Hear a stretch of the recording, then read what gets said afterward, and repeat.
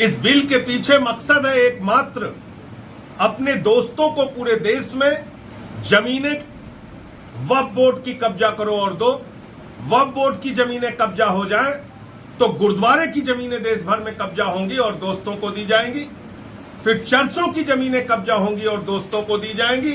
फिर मंदिरों की जमीनें कब्जा होंगी और दोस्तों को दी जाएंगी। और ये बात मैं पूरे प्रमाण के साथ कह रहा हूं। तो ये बिल गैर संवैधानिक है, संविधान की धारा 26 के विरुद्ध है और कोई भी बिल संविधान के विरुद्ध नहीं आ सकता। संविधान में लिखा है कि धार्मिक संस्थाओं के प्रबंधन में कोई भी हस्तक्षेप सरकार का नहीं होगा। वो चाहे मंदिर हो, चाहे मस्जिद हो, चाहे गुरुद्वारा हो, चाहे चर्च हो।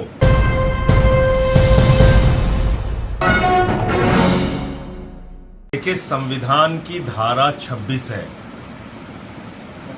जो धार्मिक स्वतंत्रता की आजादी देता है।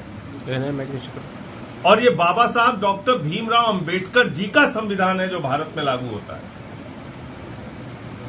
और उस संविधान में लिखा है कि धार्मिक संस्थाओं के प्रबंधन में कोई भी हस्तक्षेप सरकार का नहीं होगा। वो चाहे मंदिर हो, चाहे मस्जिद हो, चाहे गुरुद्वारा हो, चाहे चर्च हो। लेकिन ये जो कोशिश की जा रही है मौजूदा मोदी सरकार के द्वारा, इस कोशिश के पीछे एकमात्र मंशा है जमीनों को कब्जा करके अडानी को देना। ये अपने दोस्त अडानी को जमीनें देने के लिए ये बिल लाया जा रहा है। इस बिल के पीछे मकसद है एकमात्र, अपने दोस्तों को पूरे देश में जमीनें वक्फ बोर्ड की कब्जा करो और दो। वक्फ बोर्ड की जमीनें कब्जा हो जाएं तो गुरुद्वारे की जमीनें देश भर में कब्जा होंगी और दोस्तों को दी जाएंगी। फिर चर्चों की जमीनें कब्जा होंगी और दोस्तों को दी जाएंगी। फिर मंदिरों की जमीनें कब्जा होंगी और दोस्तों को दी जाएंगी। और ये बात मैं पूरे प्रमाण के साथ कह रहा हूं। रेल की जमीन अपने दोस्तों को दी, सेल की जमीन अपने दोस्तों को दी, भारतीय सेना की 13,000 एकड़ जमीन अयोध्या में अपने दोस्त अडानी को दी। 3 काला कानून किसानों के खिलाफ लेके आए थे, उसमें भी मंशा थी। प्रधानमंत्री जी अपने दोस्तों को जमीनें देना चाहते थे।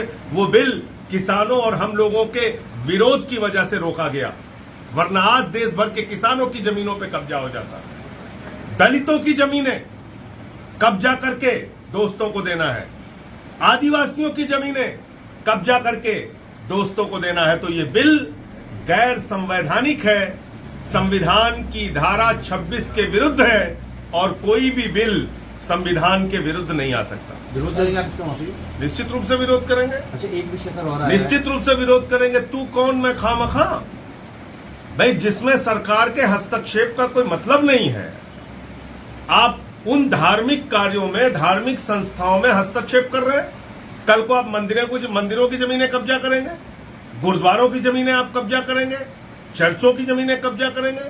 तो जो भारत के संविधान की धारा 26 कहती है, जिसमें धार्मिक संस्थाओं के प्रबंधन की स्वतंत्रता है, धार्मिक अपने सभी कार्यों को अपने धर्म के मुताबिक संपादित करने की स्वतंत्रता है, उसका क्या होगा? उस संविधान के अधिकार का क्या होगा? आप भारत के संविधान में दिए गए अधिकार को छीनना चाहते हैं, इसलिए इसका विरोध करेंगे।